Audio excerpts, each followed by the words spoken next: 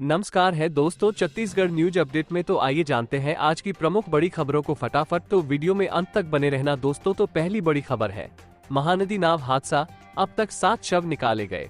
छत्तीसगढ़ ओडिशा सीमा में पलटी थी नाव, सुरक्षित बचे 50 ग्रामीणों को बस से किया गया रवाना।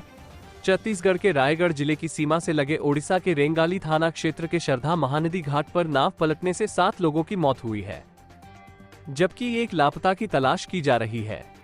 महानदी में शनिवार सुबह से ही रेस्क्यू और सर्च ऑपरेशन चलाया जा रहा है।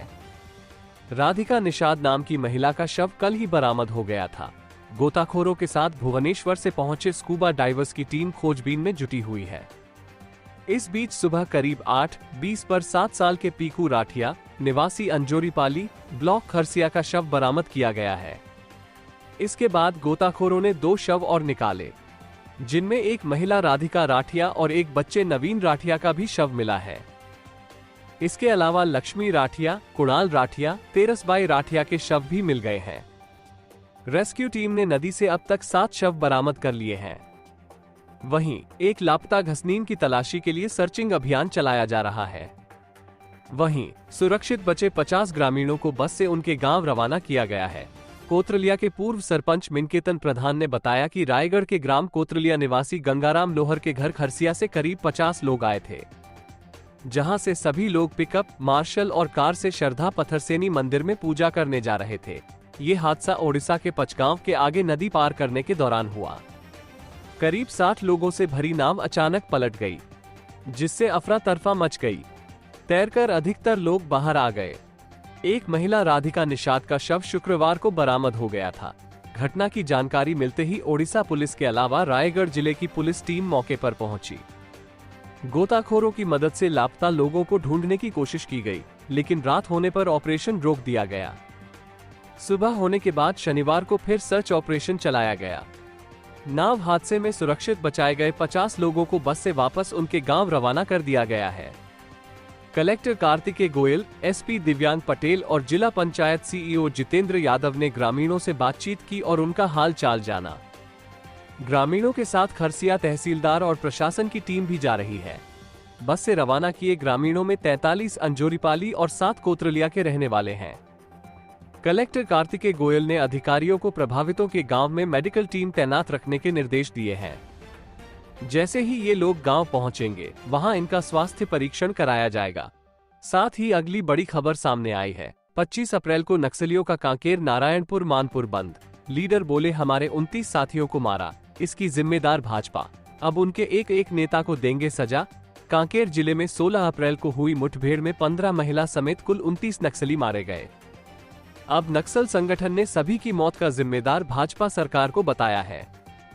साथ ही धमकी दी है कि सभी भाजपा नेताओं को वे जल्द ही जन अदालत लगाकर सजा देंगे। नक्सलियों का कहना है कि मुठभेड़ में पुलिस ने उनके 29 साथियों की हत्या की है। इसी के विरोध में उन्होंने 25 अप्रैल को मोहला मानपुर, अंबागढ़ चौकी, कांकेर और नारायणपुर जिला बंद करने का ऐलान किया है। नक्सलियों की उत्तर सब जोनल ब्यूरो की प्रवक्ता मंगली ने प्रेस नोट जारी किया है, जिसमें कांकेर के छोटे बेटिया के कलपर आपाटोला में मारे गए अपने 29 साथियों के नामों की सूची जारी की है। मंगली ने प्रेस नोट में कहा है कि अपने सुरक्षित ठिकाने पर हमारे साथी थे, लेकिन किसी ने साथियों की मौजूदगी की सूचना पुलिस को दे दी, जिसके बाद करीब 2 बजे पुलिस ने चारों तरफ से हमारे साथियों को घेर लिया और ताबड़तोड़ फायरिंग की। मंगली ने कहा कि हमारे 12 साथियों को मुठभेड़ में मारा गया। 3 बजे मुठभेड़ खत्म हो गई थी, तब कुछ साथी घायल और निहत्थे थे। उन्हें भी बाद में पकड़कर पुलिस ने शहीद स्मारक के पास ले जाकर उनकी हत्या कर दी। 6 बजे तक रुक रुक कर गोलियां चली, जिसमें अन्य 17 को मारा गया। इस घटना में 29 नक्सलियों की मौत हुई है। नक्सलियों ने अपने प्रेस नोट में लिखा है कि इस मुठभेड़ और 29 मौतों की जिम्मेदार बीजेपी है। सारे बीजेपी नेताओं को जन अदालत के कटघरे में खड़ा किया जाएगा। जन अदालत में उन्हें सजा दी जाएगी। नक्सलियों के इस प्रेस नोट के बाद भाजपा नेताओं में भी दहशत का माहौल है। कांकेर मुठभेड़ के विरोध में नक्सलियों ने 25 अप्रैल को 3 जिलों में बंद का ऐलान किया है। उन्होंने यहां व्यापारिक प्रतिष्ठानों और यात्री बसों को नहीं चलाने की धमकी दी है। उन्होंने एम्बुलेंस और स्कूली बच्चों के वाहन चलाने पर रोक नहीं लगाई है। साथ ही अगली बड़ी खबर सामने आई है। पहले पत्नी का गला घोंटा, फिर शव को लटकाया। दुर्ग में वारदात को अंजाम देने के बाद आरोपी ने खुद किया थाने में सरेंडर। दुर्ग जिले के धमधा थाना क्षेत्र में पति ने पत्नी की हत्या कर उसे पटुहा सामान रखने वाली जगह पर लटका दिया। युवक ने पहले अपनी पत्नी की गला घोंटकर हत्या की, फिर उसकी लाश को घर के पटुहा पर लटका दिया। इसके बाद आरोपी ने खुद थाने जाकर सरेंडर कर दिया। धमधा थाना प्रभारी अजय सिंह ने बताया कि ग्राम देवरी निवासी किशुन साहू 35 वर्ष शुक्रवार को थाने पहुंचा। उसने पुलिस को बताया कि उसने अपनी पत्नी कविता साहू की हत्या कर दी है। उसकी बात सुनकर पुलिस हैरान रह गई। पुलिस ने उसे अपनी हिरासत में लिया और फिर उसके घर पहुंची। घर जाने पर आरोपी ने पुलिस को बताया कि उसने अपनी पत्नी के शव को कहां छिपाया है। आरोपी ने बताया कि पुलिस उसके घर में बने कोठा के पटुहा पर पहुंची। वहां उसकी पत्नी का शव म्यार पर लटका हुआ था। पुलिस ने शव को नीचे उतारा। इसके बाद उसे पोस्टमार्टम के लिए भेजा। किशुन साहू और कविता के 4 बच्चे हैं। किशुन ने पुलिस को बताया कि उसकी शादी 15-16 साल पहले हुई थी। वो किसान है। शादी के बाद से उसकी पत्नी और उसका किसी ना किसी बात को लेकर विवाद होता रहता था। कई बार नाराज होकर कविता अपने मायके भी चली गई थी। शुक्रवार को भी किशुन और कविता के बीच किसी बात को लेकर काफी विवाद हुआ। इससे नाराज होकर किशुन ने जानवर को बांधने वाली रस्सी से उसका गला दबा दिया।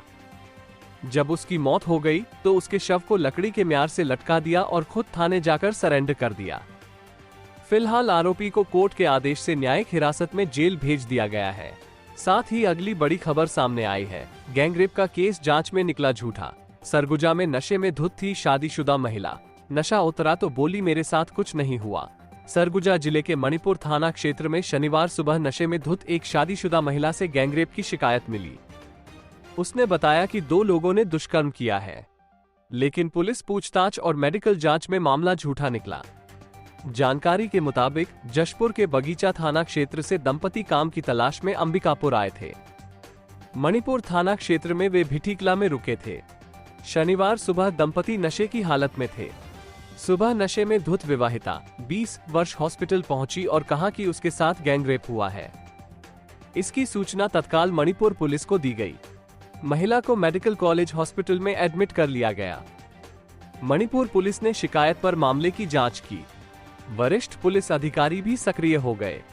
विवाहिता का आरोप था कि युवकों ने उसे बंधक बनाकर गैंगरेप किया।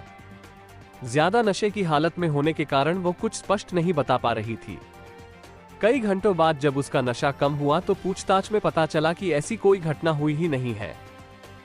मणिपुर पुलिस भिठी के कुछ संदेहियों को भी पकड़ लाई, जो सुबह दंपति के साथ दिखे थे।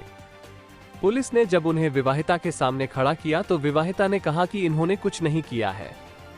पुलिस ने महिला का मेडिकल टेस्ट भी कराया। मेडिकल टेस्ट में भी ऐसी कोई घटना नहीं होना पाया गया। इस मामले में एडिशनल एसपी अमोलक सिंह ने कहा कि पुलिस जांच में स्पष्ट हुआ है कि महिला अधिक नशे की हालत में ऐसा आरोप लगा रही थी। पुलिस पूछताछ और मेडिकल जांच में ऐसी कोई बात सामने नहीं आई है। दंपति को समझाइश देकर छोड़ दिया गया है।